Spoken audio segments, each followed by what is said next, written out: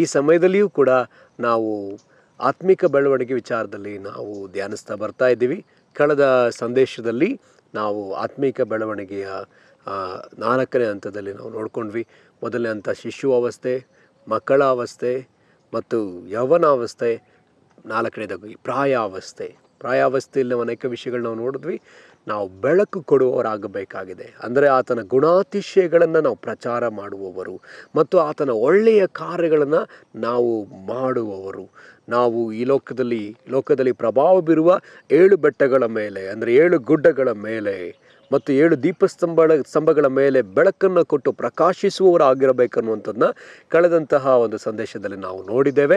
ಈಗ ನಾವು 5ನೆಯ ಅವಸ್ಥೆಯನ್ನು ನಾವು ನೋಡ್ತಾ ಇದ್ದೇವೆ. 5ನೆಯ ಅವಸ್ಥೆ ಅಂದರೆ 5ನೇ ದಿನವನ್ನು ನಾವು ನೋಡಿಕೊಳ್ಳೋಣ. 5ನೇ ದಿನದಲ್ಲಿ ಕರ್ತನು ಸೃಷ್ಟಿ ಮಾಡಿದ ವಿಷಯಗಳನ್ನ ನಾವು ನೋಡಿ ಅದನ್ನು ನಾವು ಮುಂದುವರೆದು ನಾವು ಧ್ಯಾನಿಸೋಣ. ಆದಿಕಾಂಡ 1ನೇ ಅಧ್ಯಾಯದ 20ನೆಯ ವಚನದಿಂದ 23ನೇ ವಚನದವರೆಗೂ.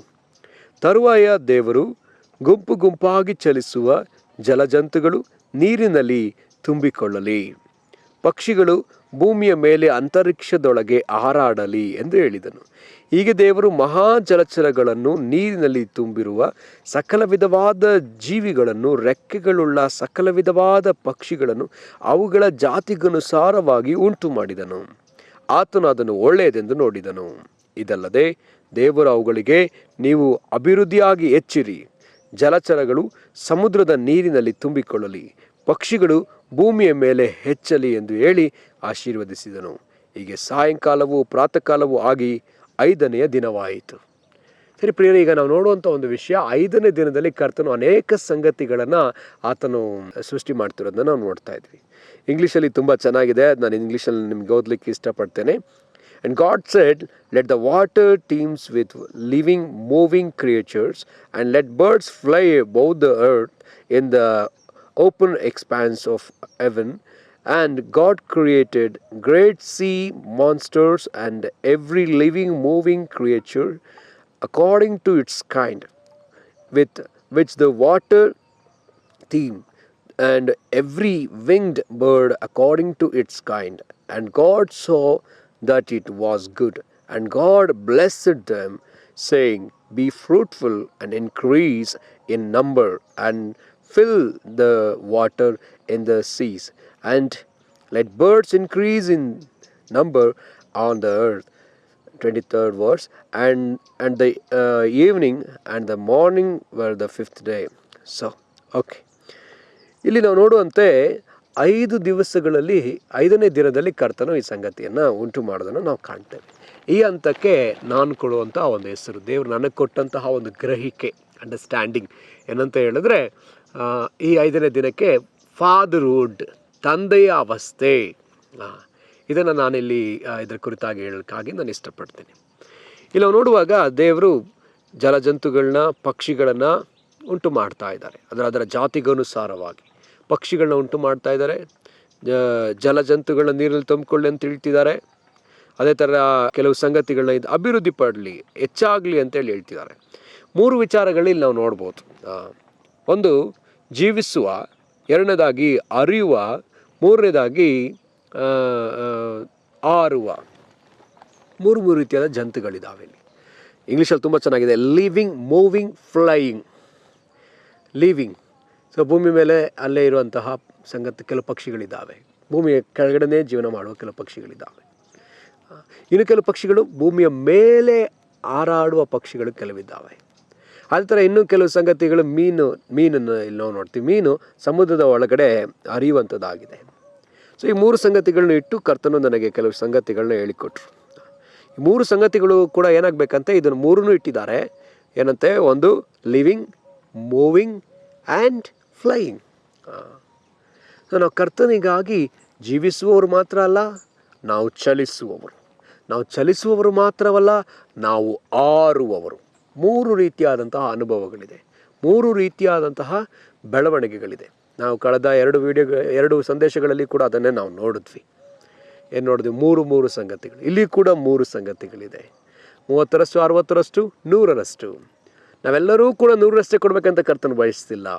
ನಮ್ಮ ಸಾಮರ್ಥ್ಯಕ್ಕೆ ತಕ್ಕಂತೆ ನಮಗೆ ದೇವರು ನಮ್ಮೊಬ್ಬೊಬ್ಬರಿಗೆ ನಮ್ಮದೇ ಆದ ಸಾಮರ್ಥ್ಯವನ್ನು ಆತನಿಗೆ ಕೊಟ್ಟಿದ್ದಾನೆ. ನಮ್ಮೊಳಗಡೆ ನಮಗೇ ಆದಂತಹ ಸಾಮರ್ಥ್ಯ. ಎಲ್ಲರೂ ಆರ್ಬೇಕಂತ ಆತನಿಗೆ ಬಯಸುವುದಿಲ್ಲ, ಎಲ್ಲರೂ ಚಲಿಸ್ಬೇಕಂತ ಬಯಸು, ಎಲ್ಲರೂ ಕೂಡ ಜೀವಿಸ್ಬೇಕನ್ನೋದು ಆತನ ಸಂಗತಿ ಅಲ್ಲ. ಆದರೆ ಎಲ್ಲರೂ ಒಂದಲ್ಲ ಒಂದು ಕಾರ್ಯದಲ್ಲಿ ನಾವು ಇರಲೇಬೇಕು. ಅದನ್ನು ಕರ್ತನಲ್ಲಿ ಬಯಸುವವನಾಗಿದ್ದಾನೆ. ಮತ್ತು ಇಲ್ಲಿ ಇನ್ನೊಂದು ವಿಷಯವನ್ನು ನಾವು ನೋಡ್ತೀವಿ. ಈ 3 ಸಂಗತಿಗಳಲ್ಲಿರ್ತಕ್ಕಂಥ ಈ ಜೀವಿಗಳು ಏನಾಗಬೇಕಂತೆ? ಅಭಿವೃದ್ಧಿಯಾಗಿ ಹೆಚ್ಚಬೇಕಂತೆ. ಜಲಚರಗಳು ಸಮುದ್ರದಲ್ಲಿ ನೀರಿನ ತುಂಬಿಕೊಳ್ಳಲಿ, ಪಕ್ಷಿಗಳು ಭೂಮಿಯ ಮೇಲೆ ಹೆಚ್ಚಲಿ ಎಂಬುದಾಗಿ ಇಲ್ಲಿ ಹೇಳಲ್ಪಟ್ಟದೆ. ಜಲಚರಗಳು ಏನಾಗಬೇಕಂತೆ? ಸಮುದ್ರದಲ್ಲಿ ಹೆಚ್ಚಲಿ, ಪಕ್ಷಿಗಳು ಭೂಮಿಯ ಮೇಲೆ ಹೆಚ್ಚಲಿ, ಅಭಿವೃದ್ಧಿ ಹೊಂದಲಿ. ಸೊ ಈ ರೀತಿಯಾದ ಸಂಗತಿಗಳು ಹೆಚ್ಚಬೇಕು. ಹೆಚ್ಚಬೇಕಂತ ಹೇಳಿದ್ರೆ, ಅಭಿವೃದ್ಧಿ ಆಗ್ಬೇಕಂತ ಹೇಳಿದ್ರೆ ಇಲ್ಲಿ ತಂದೆಯ ಅವಸ್ಥೆ ಅಧಿಕ. ತಂದೆಯಾದವನು ಮಾತ್ರವೇ ಮಕ್ಕಳಿಗೆ ಜನ್ಮ ಕೊಡಲಿಕ್ಕೆ ಸಾಧ್ಯ, ಹೆಚ್ಚಿಸುವುದಕ್ಕೆ ಸಾಧ್ಯ. ಪ್ರಾಯಾವಸ್ಥೆಯ ನಂತರದಲ್ಲಿ ಈಗ ತಂದೆಯ ಅವಸ್ಥೆ ಬರ್ತಾ ಇದೆ. ನಾವು ಪ್ರಾಯಾವಸ್ಥೆಗಾಗಿಯೇ ಕರೆಯಲ್ಪಟ್ಟವರಲ್ಲ, ನಾವೀಗ ತಂದೆಯ ಅವಸ್ಥೆಗೆ ಬರಲೇಬೇಕಾಗಿದೆ. ಪ್ರಾಯಾವಸ್ಥೆನ ದಾಟಿದವರು ಈಗ ತಂದೆಯ ಅವಸ್ಥೆ. ನಾವು ಸಭೆಯಲ್ಲಿರ್ತಕ್ಕಂಥ ವಿಶ್ವಾಸಿಗಳು ನಾವು ಆಗಿರೋದಾದರೆ, ನೀವೊಬ್ಬ ಪ್ರಾರ್ಥನಾಗಾರನಾಗಿರೋದಾದ್ರೆ ನೀವು ಪ್ರಾರ್ಥನಾಗಾರರನ್ನ ಎಬ್ಬಿಸಬೇಕು. ನೀವು ಅಪೋಸ್ತಲರಾದರೆ ಅಪೋಸ್ತಲರುಗಳನ್ನ ಎಬ್ಬಿಸಬೇಕು. ನೀವು ಸೌವಾರ್ತಿಕರುಗಳಾದರೆ ಸೌವಾರ್ತಿಕರುಗಳನ್ನ ಎಬ್ಬಿಸಬೇಕು. ನೀವು ಹಾಡುಗಾರರಾದರೆ ಅದೇ ರೀತಿಯಲ್ಲಿ ಆಡುವವರನ್ನ ಎಬ್ಬಿಸಬೇಕು. ಆಗ ಮಾತ್ರವೇ ನೀವು ತಂದೆ ಅವಸ್ಥೆಯನ್ನು ನೀವು ಸಂಧಿಸ್ತಾ ಇದ್ದೀರಿ.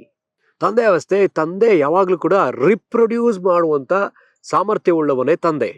ಹಾಗಿದ್ರೆ ಪ್ರತಿ ವಿಶ್ವಾಸಿಯು ಪ್ರೊಡಕ್ಟಿವ್ ಆಗಿರ್ಬೇಕಂತೇಳಿ ಕರ್ತನು ಬಯಸ್ತಾನೆ. ಇಲ್ಲಿ ಪ್ರತಿ ಪಕ್ಷಿಯೂ ಕೂಡ ಪ್ರೊಡ್ಯೂಸ್ ಮಾಡಬೇಕು, ತನ್ನದೇ ಆದ ತನ್ನದೇ ಆದ ಜಾತಿಯನ್ನ ಅದು ಹುಟ್ಟಿಸಬೇಕು, ಅದನ್ನು ಹೆಚ್ಚಿಸಬೇಕು, ಅದು ಅಭಿವೃದ್ಧಿ ಆಗಬೇಕು, ಅದು ಹೆಚ್ಚಬೇಕು. ಇದು ಕರ್ತನ ಆಸೆ. ಭೂಮಿಯಲ್ಲೆಲ್ಲ ತುಂಬಿಕೊಳ್ಳಬೇಕು, ಆ ಸಮುದ್ರದೊಳಗಡೆ ಎಲ್ಲ ತುಂಬಿಕೊಳ್ಳಬೇಕು. ಸಮುದ್ರದಲ್ಲಿರ್ತಕ್ಕಂಥ ಮೀನುಗಳನ್ನ ನಾವು ನೋಡುವಾಗ, ಮೀನುಗಳ ವಿಷಯದಲ್ಲಿ ಅನೇಕ ಮೀನುಗಳಿದೆ. ಬೆಸ್ತರು ಪ್ರತಿ ದಿವಸ ಅವರು ಹೋಗಿ ಮೀನು ಬೇಟೆಗಾಗಿ ಹೋಗ್ತಾರೆ, ಮೀನಿಗೆ ಬಲೆ ಹಾಕ್ತಾರೆ, ಸಾವಿರಾರು ಮೀನುಗಳನ್ನ ಹಿಡಿತಲೇ ಇದ್ದಾರೆ, ಫಿಶಿಂಗ್ ಮಾಡ್ತಾನೆ ಇದ್ದಾರೆ. ಯಾವತ್ತೂ ಕೂಡ ಮೀನು ಖಾಲಿ ಆಯಿತು ಅಂತ ಬಂದಿದ್ದಿಲ್ವೇ ಇಲ್ಲ. ಸಮುದ್ರದಲ್ಲಿ ಮೀನು ಖಾಲಿ ಆಗಲೇ ಇಲ್ಲ, ಅದು ದಿನೇ ಹೆಚ್ಚುತ್ತಲೇ ಇದೆ. ಪಕ್ಷಿಗಳು ಕೂಡ ಅಷ್ಟೇ, ಭೂಮಿ ಮೇಲೆ ಇರ್ತಕ್ಕಂಥ ಪಕ್ಷಿಗಳು ಕಡಿಮೆ ಆಗಲೇ ಇಲ್ಲ. ಅನೇಕರು ಬೇಟೆ ಆಡಿ ಕೊಂದ್ರು, ಅನೇಕರು ಬೇರೆ ಬೇರೆ ರೀತಿಯಲ್ಲಿ ಕೊಂದ್ರು, ಆದರೂ ಕೂಡ ಪಕ್ಷಿ ಕಡಿಮೆ ಆಗಲೇ ಇಲ್ವಲ್ಲ. ಸುಮಾರು ಪಕ್ಷಿಗಳಲ್ಲಷ್ಟೇ 20,000 ಜಾತಿ ಪಕ್ಷಿಗಳವೆ. 20,000 kinds, 20,000 ಜಾತಿಯ ಪಕ್ಷಿಗಳಿರೋದನ್ನು ನಾವು ಕಾಣ್ತೇವೆ. ಅದರಲ್ಲಿ ಕೆಲವು ಪಕ್ಷಿಗಳಿದೆ. ಅದರಲ್ಲಿ ಒಂದು ಪಕ್ಷಿ ಯಾವ್ದಂತ ಹೇಳಿದ್ರೆ ಆಸ್ಟ್ರಿಚ್. ನಮಗೆಲ್ಲ ಗೊತ್ತಿರ್ತಕ್ಕಂಥ ಒಂದು ಪಕ್ಷಿ ಆಸ್ಟ್ರಿಚ್. ಅದು ಒಂದು ಸೀಸನ್ಗೆ ಆಲ್ಮೋಸ್ಟ್ 50 ಮೊಟ್ಟೆಗಳನ್ನ ಇಡುತ್ತೆ. ಒಂದು ಸೀಸನ್ಗೆ 50 ಮೊಟ್ಟೆಗಳನ್ನ ಇಟ್ಟು 50 ಮರಿಗಳನ್ನ ಮಾಡ್ತದೆ. ಹಾಗೆ ಸಮುದ್ರದಲ್ಲಿರ್ತಕ್ಕಂಥ ಒಂದು ಮೀನಿದೆ, ಆ ಮೀನ ಹೆಸರು ಲೊಟ್ಟ ಮೋಲ ಎಂಬುದಾಗಿ ಅದರ ಹೆಸರು.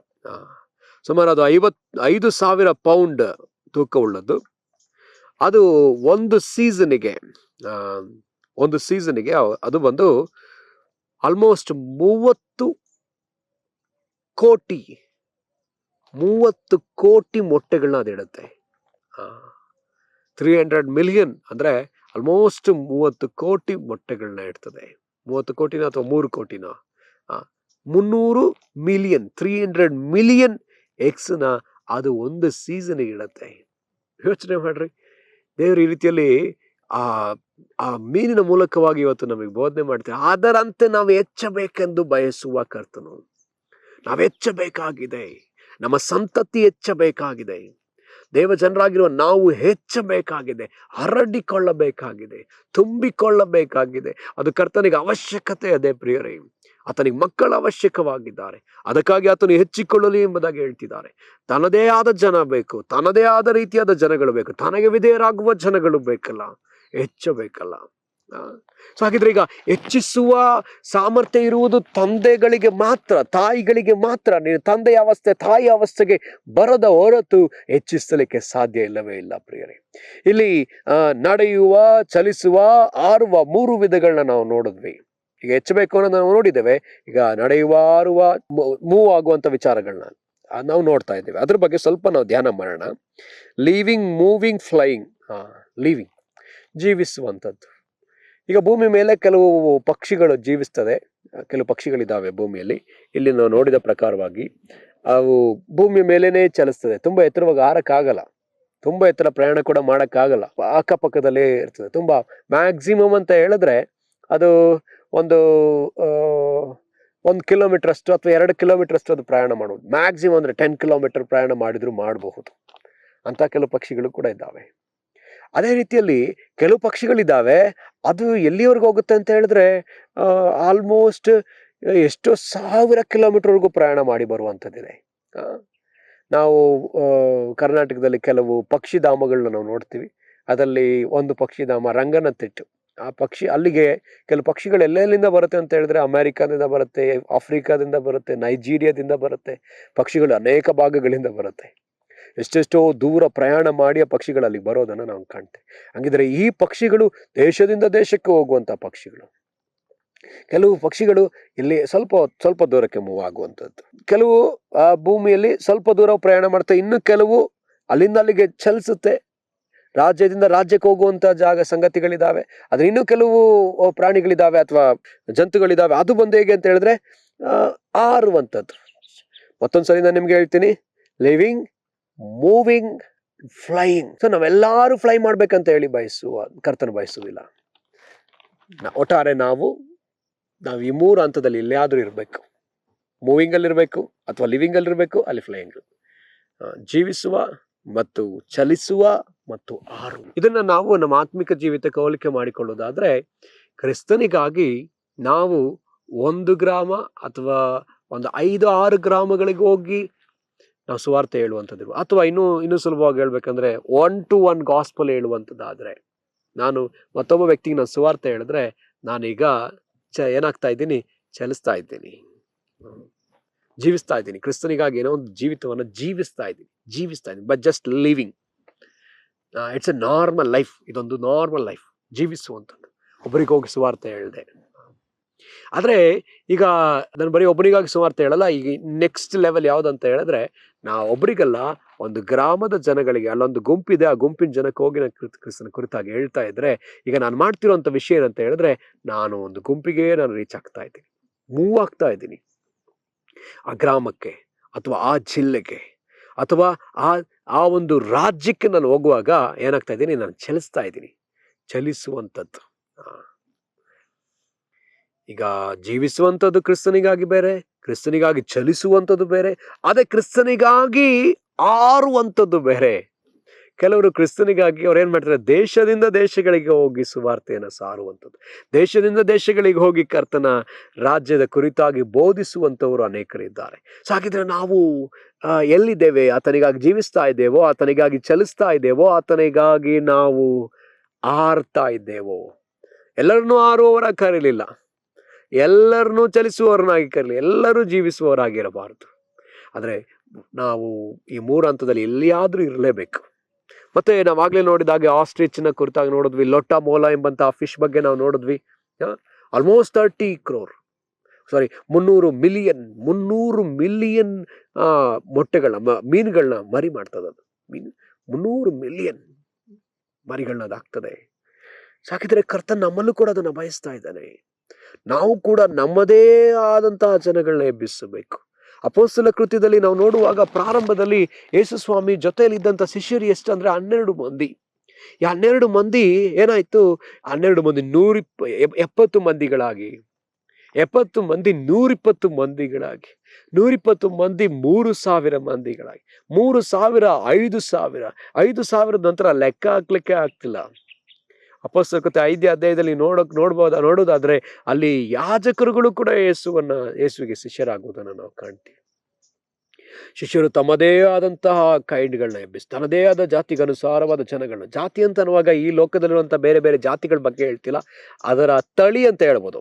ಒಂದು ಬೆಟರ್ ಆದ ಅಂಡರ್ಸ್ಟ್ಯಾಂಡಿಂಗ್ ಆಗಿ ತಳಿ, ಇಂಗ್ಲಿಷಲ್ಲಿ ಕೈಂಡ್ ಅಂತ ಬರೆಯಲ್ಪಟ್ಟಿದೆ, ಅದರದೇ ಆದ ಕೈಂಡ್. ಸೊ ಈಗ ಆಗಿದ್ರೆ ನಾವಿರುವಂಥ ಕ್ಷೇತ್ರಗಳಲ್ಲಿ ನಮ್ಮದೇ ಆದ ಕೈಂಡ್ ಜನಗಳನ್ನ ಎಬ್ಬಿಸಬೇಕಲ್ಲ. ಪೌಲನು ತನ್ನದೇ ಆದ ರೀತಿಯಾದ ಜನಗಳನ್ನ ಎಬ್ಬಿಸಿದಾನಲ್ಲ. ಪೇತ್ರ ಎಬ್ಬಿಸಿದ್ದಾನೆ, ಪೇತ್ರನಂತೆ ಅನೇಕ ಅಪೊಸ್ತಲರುಗಳನ್ನ ಪೇತ್ರನ ಎಬ್ಬಿಸಿದ್ದಾನೆ. ಪೌಲ ಅನೇಕ ಸೇವಕರುಗಳನ್ನ ಎಬ್ಬಿಸಿದ್ದಾನೆ, ತಿಮೋತಿ, ತೀತ, ಸೊ ಇನ್ನು ಅನೇಕರು ಬೈಬಲಲ್ಲಿ ಬರೆಯಲ್ಪಟ್ಟದೆ.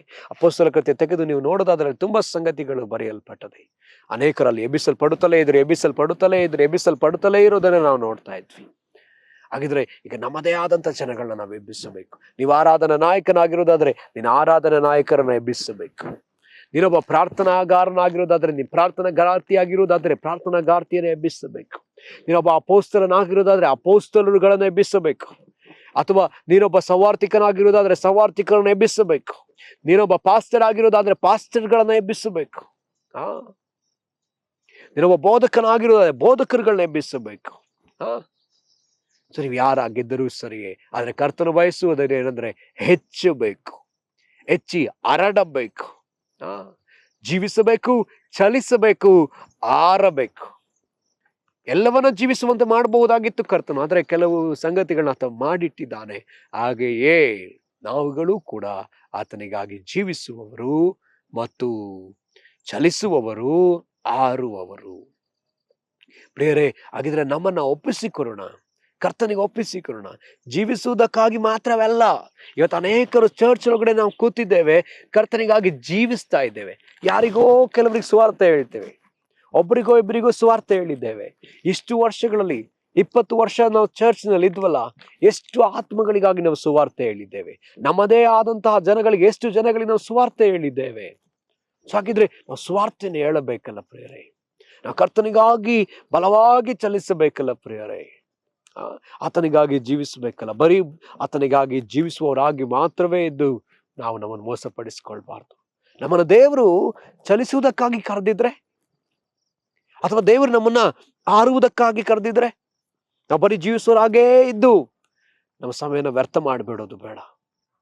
ಕರ್ತನಿಗಾಗಿ ಜೀವಿಸ್ತಾ ಇದ್ದೆ. ಏನ್ ಮಾಡ್ತಾ ಇದ್ದೀವಿ ಬ್ರದರ್? ನಾನು ಚರ್ಚಲ್ಲಿ ಒಬ್ಬ ವಿಶ್ವಾಸಿಯಾಗಿದ್ದೇನೆ, ಪ್ರತಿ ಭಾನುವಾರ ನಾನು ಚರ್ಚ್ಗೆ ಅಟೆಂಡ್ ಆಗ್ತೇನೆ, ಮಿಸ್ ಮಾಡದೆ 20 ವರ್ಷದಿಂದ ಅಟೆಂಡ್ ಮಾಡ್ತಿದ್ದೇನೆ. ಏನು ಪ್ರಯೋಜನ? ಯಾಕೆ ಚರ್ಚಿಗೆ ಬರ್ತೇವೆ? ಒಬ್ಬ ವ್ಯಕ್ತಿಗೆ ಯಾರಾದ್ರೂ ಒಬ್ಬ ಹುಡುಗನಿಗೆ ಏನು ಓದ್ತಿದ್ಯಪ್ಪ? ನಾನು 10th ಸ್ಟ್ಯಾಂಡರ್ಡ್ ಓದ್ತಾ ಇದ್ದೀನಿ. ಇನ್ನೊಂದು 2-3 ವರ್ಷ ಆದ್ಮೇಲೆ ಕೇಳುವಾಗ ಏನು ಓದ್ತಾ ಇದೀಯ? PU ಇವಾಗ ಮುಗಿಸ್ದೆ. ಇನ್ನೊಂದು 2-3 ಇಯರ್ಸ್ ಆದ್ಮೇಲೆ ಏನು ಓದ್ತಿದ್ಯಪ್ಪ? ನಾನು ಡಿಗ್ರಿ ಕಂಪ್ಲೀಟ್ ಮಾಡಿದೆ, ಓದ್ತಾ ಇದ್ದೀನಿ. ಇನ್ನೊಂದು 3-4 ಇಯರ್ಸ್ ಆದ್ಮೇಲೆ ಮತ್ತೆ ಕೇಳುವಾಗ ನಾನು ಓದ್ತಾ ಇದ್ದೀನಿ. ಏನು ಓದ್ತಾ ಇದೆಯಾ? PhD ಓದ್ತಾ ಇದ್ದೀನಿ ಇವಾಗ. ಇನ್ನೊಂದು 2-3 ವರ್ಷ ಆದ್ಮೇಲೆ ಮತ್ತೆ ಕೇಳುವಾಗ ಏನ್ ಮಾಡ್ತಿದ್ಯಪ್ಪ? ಓದ್ತಾ ಇದ್ದೀನಿ ಸರ್. ಇನ್ನೂ 2 ಇಯರ್ಸ್ ಆದ್ಮೇಲೆ ಮತ್ತೆ ಕೇಳುವಾಗ ಓದ್ತಾ ಇದ್ದೀನಿ ಸರ್. ಓದ್ತಾನೆ ಇರೋದಕ್ಕಾಗಿ ನಾವು ಜೀವಿಸ್ತಾ ಇದ್ದೀವಿ. ಓದ್ತಾ ಇದ್ದೀನಿ ಏನೋ ನಾನು ಓದ್ತಾ ಇದ್ದೀನಿ. ಸ್ಟಡಿಂಗ್ ಆಗಿನೇ ಬರೀ ಸ್ಟಡಿ ಮಾಡ್ತಾನೆ ಇದ್ರೆ ಏನಕ್ಕಾಗಿ ಸ್ಟಡಿ ಮಾಡ್ಬೇಕು? ಯಾರಾದ್ರೂ ಓದ್ತಾ ಇದಾರೆ ಅಂತಂದ್ರೆ ರೀಸನ್ ಏನಂತ ಹೇಳಿದ್ರೆ, ನಾವು ಓದಿದ ನಂತರ ಒಂದಿನ ಒಂದು ಒಳ್ಳೆ ಕೆಲಸದಲ್ಲಿ ಇರ್ಬೇಕು, ಕೆಲಸ ಮಾಡಿ ದುಡಿಬೇಕು, ಸಂಪಾದಿಸ್ಬೇಕು. ಅದಕ್ಕೆ ತಾನೇ ನಾವು ಓದ್ತೀವಿ. ಒಂದು ಒಳ್ಳೆ ಪೋಸ್ಟಿಂಗ್ ನಲ್ಲಿ ನಾವು ಇರ್ಬೇಕು, ಅದಕ್ಕೆ ತಾನೇ ನಾವು ಓದ್ತೀವಿ. ಕೆಲಸ ಮಾಡ್ಬೇಕು, ರೆವಿನ್ಯೂ ತರಬೇಕು, ರೆವಿನ್ಯೂ ಜನರೇಟ್ ಮಾಡ್ಬೇಕು, ಸಂಪಾದಿಸ್ಬೇಕು. ಅದಕ್ಕಾಗಿ ತಾನೇ ಓದ್ತೇವೆ. ಸುಮ್ಮನೆ ಓದ್ತಾನೇ ಇದ್ರೆ ಅವ್ರನ್ನ ಏನಂತ ಹೇಳ್ತೀರಿ? ಸೊ ಹಾಗಿದ್ರೆ ಈ ದಿವಸ ಆತ್ಮಿಕತೆಯಲ್ಲಿ ಸಭೆಯ ಒಳಗೆ ಅನೇಕರು ಮೌನವಾಗಿ ಕೂತು ಬಿಟ್ಟಿದ್ದೇವೆ. ನಾವು ಕರ್ತನಿಗಾಗಿ ಜೀವಿಸ್ತಿದ್ದೀನಿ ಅಂತ ಹೇಳ್ತಿದ್ದೇವೆ, ಪ್ರಾರ್ಥಿಸ್ತೇವೆ, ಬೈಬಲ್ ಓದ್ತೇವೆ, ಆರಾಧಿಸ್ತೇವೆ, ಎಲ್ಲ ಮಾಡ್ತಿದ್ದೇವೆ. ಆದ್ರೆ ಕರ್ತನಿಗಾಗಿ ಫಲ ಕೊಡ್ತಾ ಇದ್ದೇವೋ? ಫಲ ಕೊಡದ ಮರವನ್ನ ನೋಡಿ ಆತನ ಒಂದು ಮಾತನ್ನ ಹೇಳಿದ್ದಾನೆ, ಇನ್ನೆಂದಿಗೂ ನಿನ್ನಲ್ಲಿ ಫಲ ಕಾಣದಿರಲಿ ಅಂತ ಆತ ಹೇಳಿದ. ಆತ ಯೆರೂಸಲೇಮಿಗೆ ಹೋದಾಗ ಅಂಜೂರದ ಮರವನ್ನ ನೋಡಿ ಅದರಲ್ಲಿ ಫಲವಿದೆಯೋ ಅಂತ ಹೇಳಿ ಹತ್ರ ಹೋಗಿ ನೋಡಿದಾಗ ಒಂದು ಫಲ ಕಾಣದೇ ಇದ್ರಿಂದ ಅದನ್ನ ಆತ ಶಪಿಸಿಬಿಟ್ಟ. ಅದೋ ಫಲಕಾಲ ಅಲ್ಲ, ಅದು ಸೀಸನ್ ಅಲ್ಲ, ಆದ್ರೂ ಆತನು ಅದನ್ನ ಶಪಿಸಿಯೇ ಬಿಟ್ಟ. ಹಾಗಿದ್ರೆ ಪ್ರಿಯರೇ, ನಾವು ಸೀಸನ್ ಆಗಿರ್ಲಿ ಅನ್ಸೀಸನ್ ಆಗಿರ್ಲಿ ಫಲ ಕೊಡ್ಲೇಬೇಕಾಗಿದೆ. ಇದನ್ನೇ ಪೌಲನು ಕೂಡ ಹೇಳುವಂಥದ್ದು, ಅನುಕೂಲತೆಯಲ್ಲಿಯೂ ಅನಾನುಕೂಲತೆಯಲ್ಲೂ ಕರ್ತನಿಗಾಗಿ ನಾವು ಸೇವೆಯನ್ನು ಸಲ್ಲಿಸಬೇಕಾಗಿದೆಯಲ್ಲ. ಸೊ ಹಾಗಿರೋದ್ರಿಂದ ನಮ್ಮನ್ನ ಸಮರ್ಪಣೆ ಮಾಡ್ಕೊಳ್ಬೇಕು. ಆತನಿಗಾಗಿ ಜೀವಿಸುವವರು ಮಾತ್ರ ಅಲ್ಲ, ಆತನಿಗಾಗಿ ನಾವು ಚಲಿಸುವವರು. ಆತನಿಗೆ ಚಲಿಸುವವರು ಮಾತ್ರ ಅಲ್ಲ, ಆತನಿಗಾಗಿ ನಾವು ಆರುವವರು. ಆಗ ಮಾತ್ರವೇ ದೇವರಿಗೆ ನಮ್ಮ ಮೂಲಕ ಒಂದು ಏನಂತ ಹೇಳಿದ್ರೆ, ದೇವರಿಗೆ ನಮ್ಮ ಮೂಲಕ ಒಂದು ಮಹಿಮೆ ಹೋಗ್ತದೆ. ಆಗ ದೇವರು ನಮ್ಮಲ್ಲಿ ಮಹಿಮೆ ಒಂದು ಆತನಾಗಿದ್ದಾನೆ. ನೀನು ತಂದೆಯ ಅವಸ್ಥೆಗಾಗಿ ಕರೆಯಲ್ಪಟ್ಟು ಇನ್ನು ಮಕ್ಕಳ ಅವಸ್ಥೆಯಲ್ಲೇ ಇರಬೇಡ, ಅಥವಾ ಇನ್ನು ಶಿಶು ಅವಸ್ಥೆಯಲ್ಲಿಯೋ, ಅಥವಾ ಇನ್ನು ಯವನಾವಸ್ಥೆಯಲ್ಲಿಯೋ ಇಲ್ಲ, ಇನ್ನು ಪ್ರಾಯಾವಸ್ಥೆಯಲ್ಲಿಯೋ ಇಲ್ಲ. ಕರ್ತನ ಗುಣ ಸ್ವಭಾವಗಳನ್ನು ತೋರಿಸುವವರು ಮಾತ್ರವೇ ಅಲ್ಲ, ಈಗ ನಾವು ಮುಂದಿನ ಅವಸ್ಥೆಗೆ ಹೋಗಲೇಬೇಕಾಗಿದೆ. ಮುಂದಿನ ಅವಸ್ಥೆಗೆ ಹೋಗ್ಲೇಬೇಕಾಗಿ. ಯಾವುದಾದ್ರೂ ಕುಟುಂಬಗಳಲ್ಲಿ ತಂದೆ ತಾಯಿಗಳಿಗೆ ಆ ಮನೇಲಿರ್ತಕ್ಕಂಥ ಯವನಸ್ಥರು ಪ್ರಾಯಾವಸ್ಥೆನ ದಾಟಿ ಹೋಗುವಾಗ ತಂದೆ ತಾಯಿಗಳಿಗೆ ಎಲ್ಲರಿಗೂ ದುಃಖ ಆಗೋದಕ್ಕೆ ಪ್ರಾರಂಭ ಆಗುತ್ತೆ. ಅಯ್ಯೋ, ನನ್ನ ಮಗಳಿಗೆ ಪ್ರಾಯ ಕಳೆದೋಗ್ತಾ ಇದೆ, ನನ್ನ ಮಗನಿಗೆ ಪ್ರಾಯ ಕಳೆದೋಗ್ತಾ ಇದೆ, ಅವನಿಗೆ ಒಂದು ಒಳ್ಳೆ ಮದುವೆ ಮಾಡ್ಬೇಕು, ಆಕೆಗೆ ಒಂದು ಒಳ್ಳೆ ಮದುವೆ ಮಾಡಬೇಕು, ಅವರ ಹೊಟ್ಟೆಯಲ್ಲಿ ಒಂದು ಒಳ್ಳೆ ಮಕ್ಕಳನ್ನ ನೋಡ್ಬೇಕು ಅನ್ನೋದೇ ತಂದೆ ತಾಯಿಗಳ ಆಸೆ.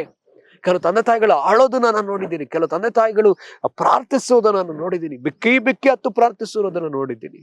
ಹಾಗಿದ್ರೆ ಪ್ರಿಯರೇ, ನನ್ನನ್ನು ನಿನ್ನನ್ನು ಉಂಟು ಮಾಡಿದ ತಂದೆಯು ಹಾಗೆಯೇ ನಾನು ಫಲ ಕೊಡಬೇಕೆಂದು, ನಾವು ಒಬ್ಬೊಬ್ಬರು ಫಲ ಕೊಡಬೇಕೆಂದು ಆತನು ಬಯಸುವವನಾಗಿದ್ದಾನೆ. ಕ್ರಿಸ್ತನು ನಮಗಾಗಿ ತಂದೆಯ ಬಲಪಾರ್ಶ್ವದಲ್ಲಿ ಕೂತು ವಿಜ್ಞಾಪಿಸ್ತಾ ಇದ್ದಾನೆ. ನಾವು ಫಲ ಕೊಡುವವರಾಗಬೇಕೆಂದು, ನಾವು ಅಭಿವೃದ್ಧಿ ಆಗಬೇಕೆಂದು, ನಾವು ತಂದೆಯ ಅವಸ್ಥೆಯನ್ನ ನಾವು ದಾಟಿ ಬರಬೇಕೆಂದು ಆತನು ಬಯಸುವವನಾಗಿದ್ದಾನೆ. ಅದಕ್ಕಾಗಿ ನಮ್ಮನ್ನು ಒಪ್ಪಿಸಿಕೊಳ್ಳೋಣ, ಅದಕ್ಕಾಗಿ ನಮ್ಮ ಜೀವಿತವನ್ನು ನಾವು ಸಮರ್ಪಣೆ ಮಾಡಿಕೊಳ್ಳೋಣ. ಹೌದು, ಎಲ್ಲರೂ ಆ ರೀತಿಯಲ್ಲಿ ಕರೆಯಲ್ಪಡ್ತಿದ್ರು. ಆದ್ರೆ ನಾವು ಎಲ್ಲಿದ್ದೀವೋ ಅಂತ ಕೈಂಡ್ ನಾವು ಎಬ್ಬಿಸ್ಬೇಕಷ್ಟೇ. ದೇವರು ಅದನ್ನೇ ಕೇಳ್ತಿದ್ದಾರೆ. ನೀನೊಬ್ಬ ಕ್ಯಾಮ್ರಾಮ್ಯಾನ್ ಆಗಿರೋದಾದ್ರೆ ಕ್ಯಾಮ್ರಾಮ್ಯಾನ್ ಎಬ್ಬಿಸ್ಬೇಕು. ನಿನ್ನ ಸಭೆಯಲ್ಲಿ ಒಂದು ಲೈಟಿಂಗ್ ಸರಿ ಮಾಡೋದ್ರೆ ಅಂಥವ್ರನ್ನೇ ನೀನು ಎಬ್ಬಿಸ್ಬೇಕು. ಇಲ್ಲ, ನಾನು ಒಬ್ಬನೇ ಮಾಡ್ಕೊಂಡಿರ್ತೀನಿ, ಇಲ್ಲ ಪ್ರಿಯರೇ, ಅಂಥವ್ರು ನೀವು ಎಬ್ಬಿಸಲೇಬೇಕು. ಮತ್ತೊಬ್ಬ ಕ್ಯಾಮ್ರಾಮ್ಯಾನ್ ಎಬ್ಬಿಸಲೇಬೇಕು.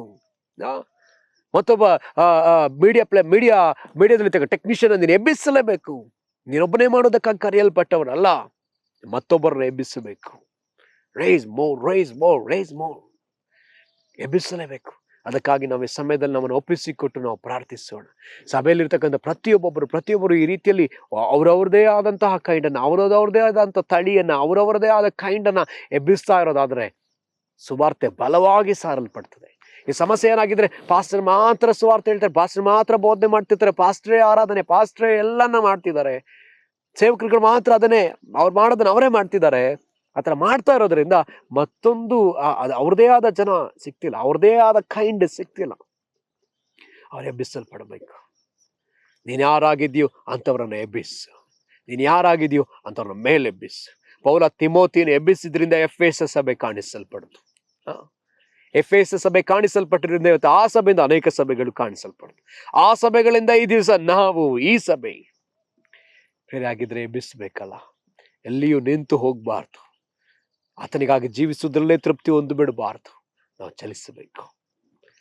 ಚಲಿಸಬೇಕು, ನಾವು ಆಹಾರಬೇಕು.